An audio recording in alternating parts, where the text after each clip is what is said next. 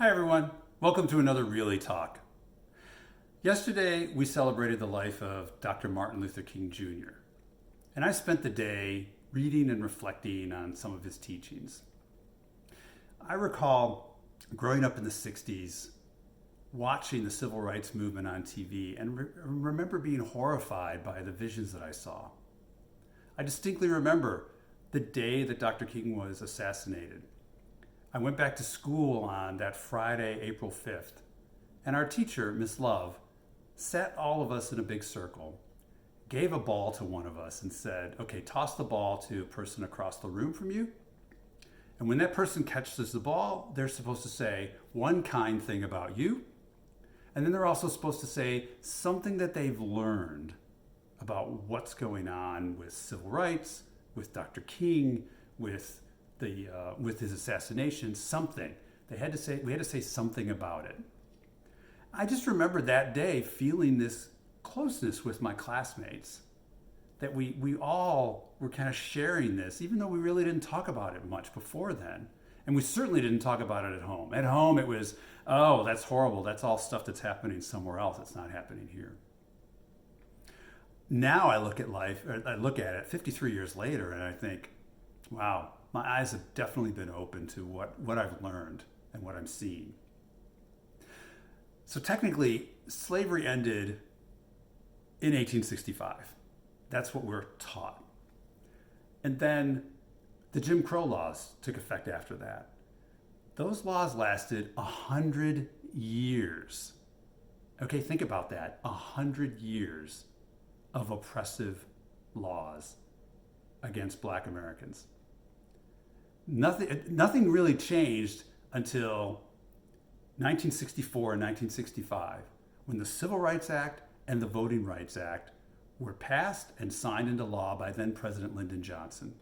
Finally, we see positive change that'll help and affect Black and brown Americans in this country. No sooner had that door been shut on Jim Crow that racist leadership decided, oh, wait, we're going to try something else. Let's call this the war on drugs. And what that does is passes a bunch of laws that unfairly targets Black and brown Americans and deals then with mass incarcerations. So what are we seeing today? Prison populations are exploding because of those war on drug laws that were passed back in the 70s and 80s. And then further enhanced by things that happened in the 90s, by bills that were passed in the 90s as well. Tough on crime laws, whatever you want to call it, they are targeting Black and brown Americans.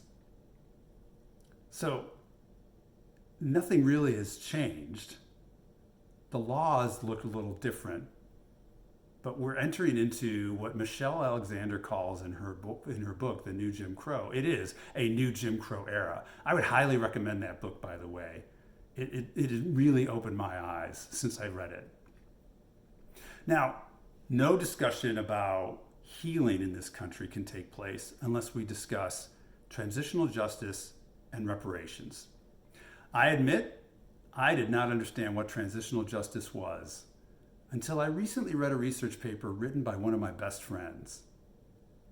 Did you know that since 1989, Black members of Congress have sponsored and co-sponsored H.R. 40, which is a bill to just start discussions and address reparations for slavery in this country.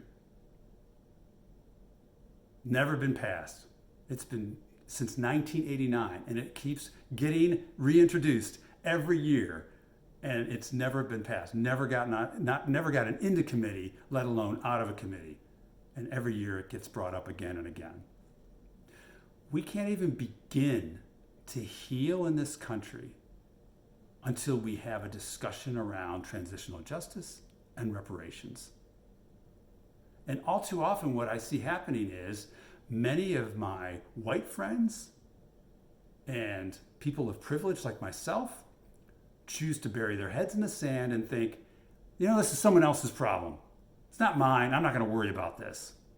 Let somebody else take care of this. I think everything is just fine. You know what?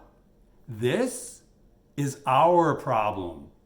If more people like myself, white privileged Americans, don't speak up, exert our influence, and speak our truth, nothing is ever going to change.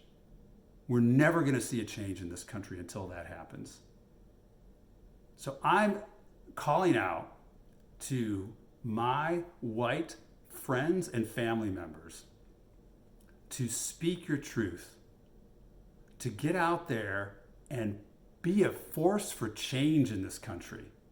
Change is not going to happen just because we say, oh, everything is okay, or that's horrible and something should be done about it. You know what? We have to do it. We have to do it now. We are not going to wait another 100 years for change to happen. Let's all get together. Let's all move on this. And let's do like I did back when I was 6 years old. Let's be in that circle and let's help one another feel good about each other and make change that's going to help this country grow out of the systemic racism, out of the oppression that's occurred all these years, and certainly to be able to reform our broken criminal justice system. Thank you, everybody. Thank you for listening, and I look forward to having another Really Talk with you very soon.